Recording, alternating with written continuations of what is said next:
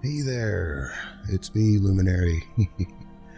Gosh, it's been a while. I think I stopped making actual videos shortly before December, I believe. In the background, we have The Binding of Isaac. It was a playthrough I did because I figured I would try to do a bit of post-commentary along with giving a little bit of what's going on.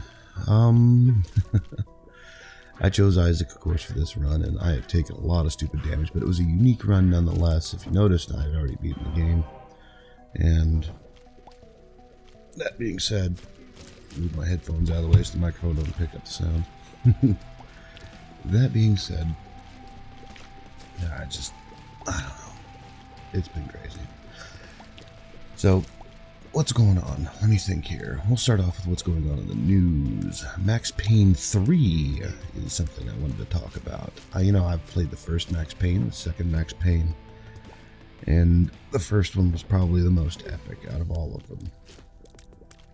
And I mean that in the sense of, just the sense of adventure. It was so unique for the time, and I think since then, the bullet time mechanic has been overused and not really expounded on. But, how far can you really take slowing down time to line up shots? Even Mass Effect uses it. I mean, with the adrenaline rush with the soldier. Either way, back to Max Payne 3. It looks real interesting. I'm going to say the graphic quality, at least the trailers have made it look really nice, and I know I'll be able to play it at full res with the machine I've got. I don't think I'm going to do any commentary on it or let's plays, but it looks nice. It really does. We're going to see how that goes. I know with Max Payne 2, there was a dual character system where part of the story kind of came out in Max Payne, and then of course you had to play the chick. Oh yeah, here we go. Mom's pad. It's probably the crappiest spacebar item in the game here, but I didn't have one, so there you go. And I'm not far enough along in the game to have the D6. Now, with that said, I'm actually looking forward to it. I think Steam, let me open up Steam right now. Steam has Max Payne 3 on pre-order, and it should be loading right now. I'll go ahead and talk about it. And that's another thing. I'm talking about a few other pre-orders with a few other games. But, Max Payne, let me check it out. Max Payne 3. I believe has a multiplayer now. That should be rather interesting, especially with the liberal use of bullet time all over the place. Pre-purchasing, what do you get? For $60, you can buy Max Payne 3 on Steam for pre-purchase, which is available May 29th, so in about a month. It says you receive a copy of Max Payne 1 and 2 to play in addition to the following DLC at launch. So the $60 will get you 3 games. Max Payne 1, 2, and 3, which honestly at that price, it is a damn good deal. Because, again, more bang for your buck. I don't know what the DLC is going to be, but if it's day 1 DLC, I don't. Why are companies doing that? Day 1 DLC, I have. Even Mass Effect 3 did it. TV made a big deal about the Prothean DLC for Mass Effect 3, but anyway, back to Max Payne. So yeah, Rockstar's new game, Max Payne 3. You get 3 games, Max Payne 1, 2, and 3. You get the classic multiplayer character pack, disorderly conduct multiplayer weapons pack, a pill bottle item, and the Max Payne retro avatar, which is not bad. Let's see here. Yeah, so we're going to go with that. Along beyond that, I believe that Steam also has Torchlight 2 available for pre-order. And for $20, you get Torchlight and Torchlight 2. I'm looking forward to it. I really enjoyed Torchlight. It was very, very casual. And you could play it on anything. You can probably play it on your microwave. It's that portable. I was able to play it on my crappy netbook. Frozen Synapse had more problems than Torchlight. Go figure that one out.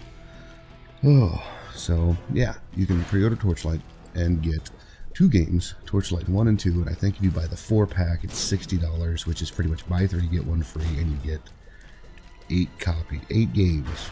Yeah, you get Torchlight 2 and Torchlight 1 and in multiples. So you can pass it out to your friends. Which brings us to another thing along the Torchlight series is... Either way, is the Diablo 3, which is going to be released here in about 16 days, which is exciting. I'm looking forward to it.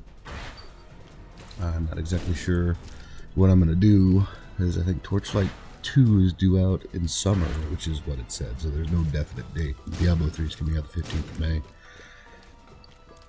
I guess I'll play both. I'm not exactly sure. Not exactly sure at all. Well, at any rate,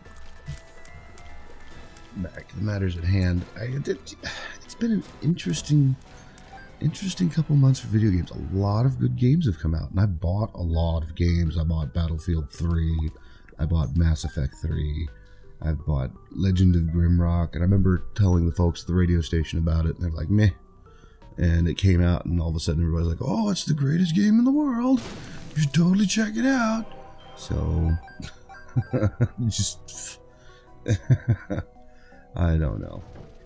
Oh, looks like I can't do post commentary, so I'm just going to talk for 30 minutes. When I tabbed out, the Premiere stopped playing the game. That is not cool. Well, whatever. It was a interesting run on The Binding of Isaac. I think there was a lot of saving graces, and you'll see that as the video progresses. It's man, so I got to sit here and talk for 30 minutes. This is going to be interesting. So yeah, what do we got? Mass Effect 3. I took care of Mass Effect 3 right away. I wanted to wait to do it when I could do a Let's Play of all 3 iterations of Mass Effect 1, 2, and 3. And, you know, just because you could make the character and it would follow the character and the choices that you make all the way through the storyline, through Mass Effect 1 and 2, and then imported into 3. I think when I started 3, I chose the last option, which was everybody was dying, and sure enough, everybody around me died. I was like, wow, I didn't recognize anybody. Tally died. Everybody. I was in awe. It was a very heart-clenching moment, because Tally was one of my favorite characters. I'm going to guess that the reason why people didn't like the endings to Mass Effect 3 is because it was rather this or that. And the this or that is based solely on what your galactic readiness is. And I thoroughly went through the story. I even played the multiplayer for a bit, and that was a lot of fun. However, the multiplayer was... Well, let's go ahead and talk about the ending before I get into the multiplayer. It's pretty much this or that. You can either take control... Well, you know what? I'm not even going to spoil it. You get 2 choices, and the 2 choices are based on your galactic readiness. Or the endings are based on your galactic readiness, so whether you choose to go one way or the other, the endings are variant on each end, depending on what you choose. But let's move on to the multiplayer aspect of Mass Effect 3. I was happy with it at first, but I don't think they spent enough time developing it. They really could have spent a lot of time developing Mass Effect 3's multiplayer. I mean, it was a lot of fun at first. It was 4 people, and you get put into an arena where mobs they don't spawn in front of you. They come out of areas. They come out from behind a box or whatever, so you never see them materialize, or they fly in on a jetpack. The character selection is... Whenever you create a character to play in multiplayer, you get to choose, you know, of course, the 6 different the classes, the 3 straight classes and the 3 hybrid classes. I chose Soldier to begin with. I ended up swapping over to Engineer, and Engineer was probably the best thing I think I could have ever done, because it just face rapes. I jacked up my drone. My overload is insanely powerful. It was really a good decision to go that direction. Soldier, I think I ended up using sniper rifles more than anything, and that gets pretty powerful after a while. Just headshot, headshot, headshot, headshot, headshot, at one right after the other. I believe I can actually do a multiplayer recording of that, but meh. So yeah, all in all, Mass Effect 3 was actually rather nice. I was very impressed with Mass Effect 3. I don't think I could have ever asked for a better experience. Even the endings.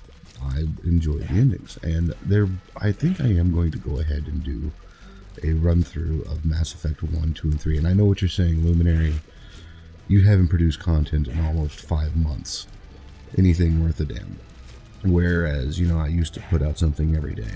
Well, there's just been a large transition of what's going on in my life, and it's going to get even more hectic. So I'll explain that closer to the end of the video. No, anyway, so there we have it. Mass Effect 3 in a nutshell. Damn good game. The multiplayer is satisfying. I don't like the idea that they added in a cash shop to a multiplayer that's kind of dry. You know, if anybody from BioWare actually listens to this or will submit it to BioWare or knows somebody in BioWare how they could make the multiplayer better, it would be to put in more along the lines of Mass Effect 1 point-to-point missions, as opposed to you are in this area and it's really just an arena where mobs spawn and you kill the mobs, and you get random quests to do things like occupy an area for a certain amount of time with multiple people, and it completes the objective, kill all the enemies. Whereas most of the ways are pretty much kill all the enemies, or there's 4 points and you get all 4 points and you have to kill the enemies, or you have to kill 4 key personnel and then kill the rest of the enemies. So it's really kind of cut and dry. Whereas a point-to-point would be kind of like a good example. I mean, not necessarily using the Mako like in Mass Effect, but the Novaria quest to go see Matriarch Benezia. That was actually a rather good point-to-point mission. I liked it. There was a lot of subterfuge, and I think what they did was they designed to make it. They designed it to be quick, so they did it in arena style. But if they had a point-to-point map where people had to take positions and fortify themselves and actually pick out the Geth or pick out, you know, the Reapers or whatever it might be, if they could just take and do that, I think that would have made for a better multiplayer experience. So if anything, maybe they'll release a DLC pack with point-to-point missions.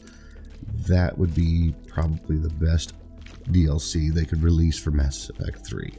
No characters, no more in-depth story. The story's done. Give us more Mass Effect in the way of missions. Missions that you can do in multiplayer. They added it in, you might as well do it. So let's move on to another game I bought. I bought Battlefield 3. Yes, Battlefield 3. That game probably has the best knifing animation I have ever seen. It is probably the most satisfying. Sure, you use it, it keeps you vulnerable to incoming fire for about 2 seconds, but reaching over, grabbing somebody by the back of the shirt, and stabbing them in the neck and ripping off their dog tags is the most satisfying knifing animation ever. It's better than just swinging your knife in the air. It feels nice, and it is the Battlefield experience. I'm kind of glad they didn't put in the squad commander ability like they did in Battlefield 2, just because whenever I was made squad commander, it was pretty much hide in an area where the enemy can't get to you, and you have to pretty much micromanage all the troops that are on the ground. People call for ammo, you drop ammo boxes, call in airstrikes, send out UAVs, and your entire gameplay experience was spent in a screen with just a overview map, which had live satellite feeds, which was really cool. I was rather impressed with that in Battlefield 2. I kind of wish they would have incorporated that over into Battlefield 3, but not to the extent they did in Battlefield 2. I'm not saying it ruined the experience, but it gave it a bit more depth, so that way if something comes up, you can call in an airstrike, and boom, there it goes. So far, it's pretty much a straight shooter. I didn't see anything else. I know that they've got like bomb bots and all kinds of other stuff. I played the assault class, which is the medic class, I believe, and the unlike Call of Duty, the actual ranking system is a bit better, I think. I mean that if you're going to play and you want to level up as your class, you do the things that your class needs, or at least the jobs that your class needs, and you get the weapon unlocks and everything else. I like that. Right now, the PC version, I'm having trouble with it.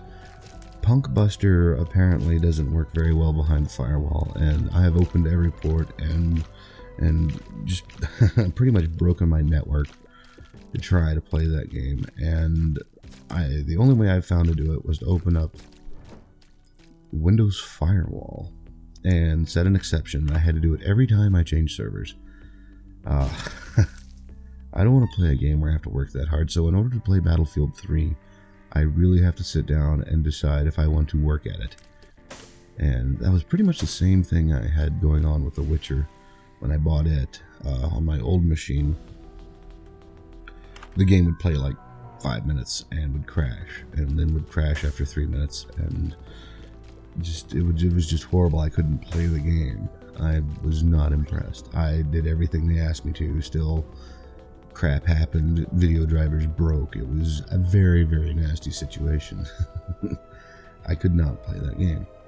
Battlefield 3 is playable, but I don't feel like working to play it. So I normally load up Mass Effect 3.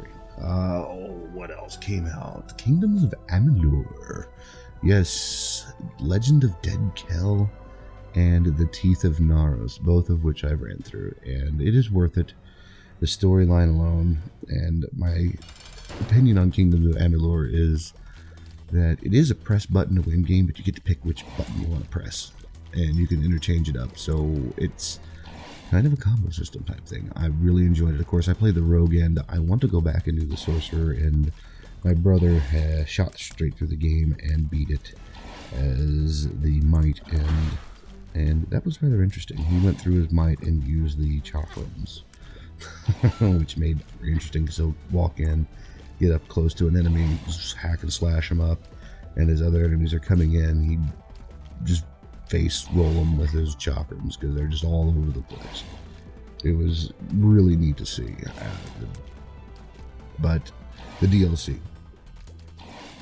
The Teeth of Naros, is the first one I played, and it introduces a new race of people. They're the Stone People, the Colossi. K-O-L. Well, anyway, it begins with a K, it ends with an E. And it was a pretty in-depth story. Pretty much, you're a stranger, you walk in, and they're like, who the hell are you? And you pretty much you start punching things in the face, and they're like, whoa, you're not as useless as I thought you were, so let's go from there. Get something to drink here, because we're sitting at 18 minutes, and I have roughly, 10 more minutes to talk.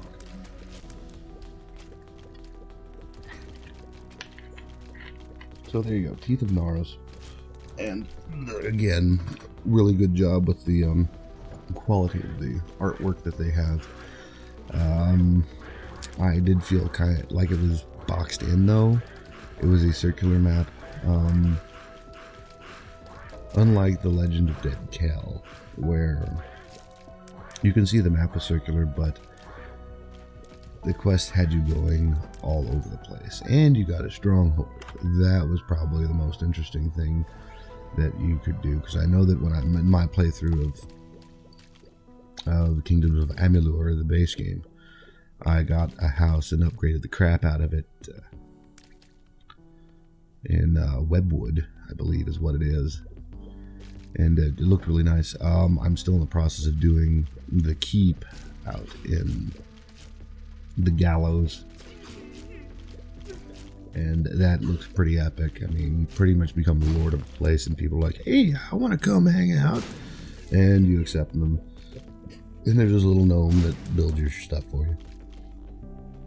It was an epic time. But The Legend of Dead Kell, I think the storyline could have been a bit better because it's supposed to be this hardcore pirate, and when you first meet him, he's an ass. He is. He is an outright ass. So, why his tune changes the further you go in, where he's just like, why are you picking on me? It didn't fit the feel of it. Because all of a sudden he starts feeling sorry for the guy. So there you have it. Teeth of Naros, very good DLC. Legend of Dead Kell, I liked it, but I think the storyline could have been better. So one had the arena area, the looping area, which felt really boxed in, and the other one was didn't feel so boxed in, but the story sucks. So if they could have just combined the two, that would have been great. The Teeth of Dead Kell or something. I don't know. Oh, and I believe on my blog site I talked about Sword and Sworcery. And that game was rather interesting. It was the only game I found with in-game Twitter abilities, and I haven't really found a use for it because it says that it's an experiment, and I don't know exactly what they're experimenting with. The game will literally take you about a month to beat due to the lunar calendar when you picked it up. So, yeah. So the shortest amount of time is a month, unless of course you catch, unless you can open up the moon room, and then you can do it in pretty much a day, depending on when you picked up Sword and Sworcery. I really liked it. It has a Pitfall feel to it. Jim Guthrie has a great soundtrack that went with it. I was really impressed. I enjoyed that game, and that is the beautiful part about Artful Directors, is that the game may not have much punch as far as graphical detail, but the presentation and how far you get immersed into the game makes everything not so pixelated. I enjoyed it. I really did. I'm still in the process of beating it. Whatever. But that's going to take about a month. Now, what else have I got my hands on? Let me take a look. I picked up Dead Space and Dead Space 2, and I've got my own plans with those, and I will bring that up here, of course, at the end of the video. Dead Space and Dead Space 2. What am I going to do with those? Alright, so spent the first few minutes talking about, or 20 minutes talking about the video games I picked up, my thoughts on them, and now we're going to go into some more personal items, such as my big long rant on why YouTube disabled monetization on the video that I submitted to the King of the Web. That was another reason why I really haven't been putting out content, because I was getting my fight together, and I think I've got it, because I'm trying to be a newscaster with a bit of critique, and it's mostly opinion, so I will be presenting facts such as release dates, features, and everything else with the items that I get. And believe me, I get a lot of stuff in my emails, and there's still plenty of stuff beyond that. And again, I always want to point out that the indie guys are what I'd like to focus on, but to get anywhere, I'm going to have to focus on the mainstream stuff, because not everybody has the funding for major press releases. Yeah, so that was a mouthful. But with the Final Fantasy N7 vid that I did, I got an email not more than 2 days afterwards saying they disabled monetization on it, which I was extremely pissed about, because I followed every guideline. In fact, I worked really hard most of the day to get that out, and I talked about it. I had to record it twice, so what you heard was the second recording. The first recording didn't do right because my microphone didn't pick it up, and I don't think I was paying attention. I'm not exactly sure, but I spent most of the day. I fabricated a slideshow mechanic that was really rudimentary, but it worked. It gave the effect I wanted. I was happy with it. Learning stuff on how to arrange stuff in Premiere. I put in a lot of man hours just for that video, and I got shot down. So it was a mixture of original content along with stuff that should have fallen under fair use. Why on earth?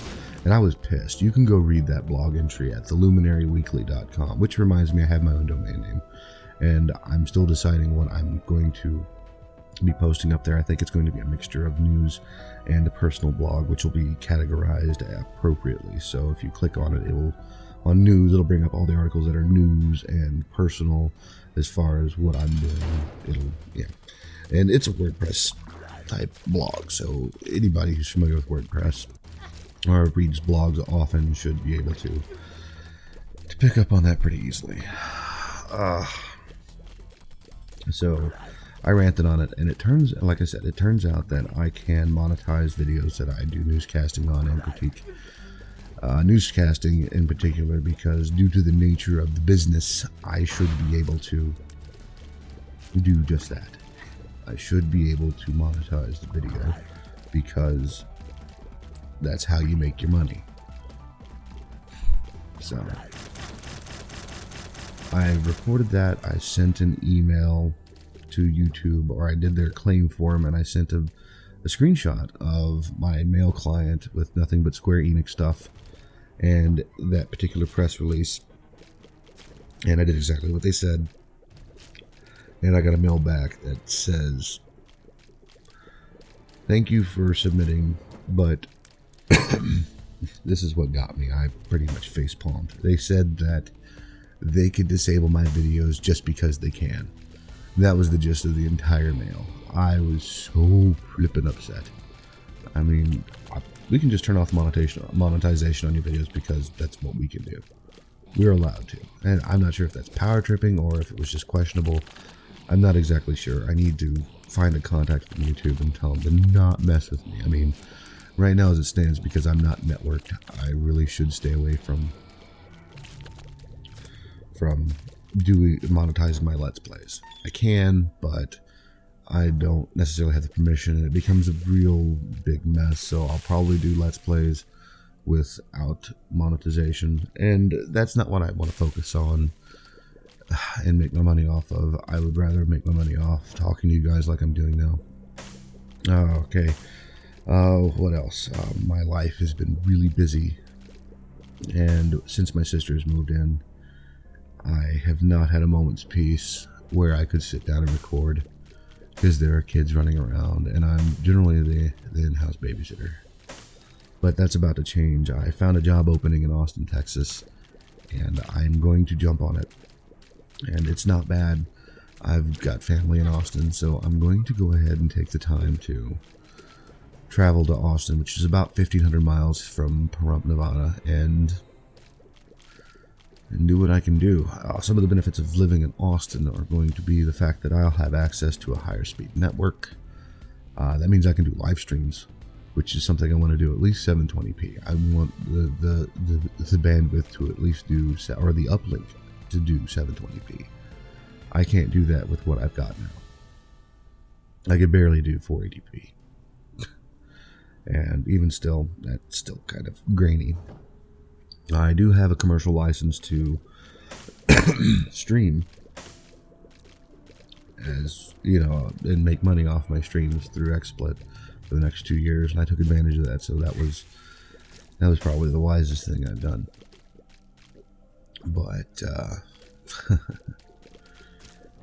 we'll see what happens. I need to get set up, so we're looking at May 15th is when I should start my new job, and I plan on getting to Austin before then, so we're looking about June 15th or so, and I get to enjoy those hot Texas summer days and those cool Texas summer nights. God, I miss those. For those of you that don't know, I am originally from Texas. Well, it appears that it is getting close to the end of the video, so I am going to go ahead and wrap this up. I'm Luminary, and I will see you next time.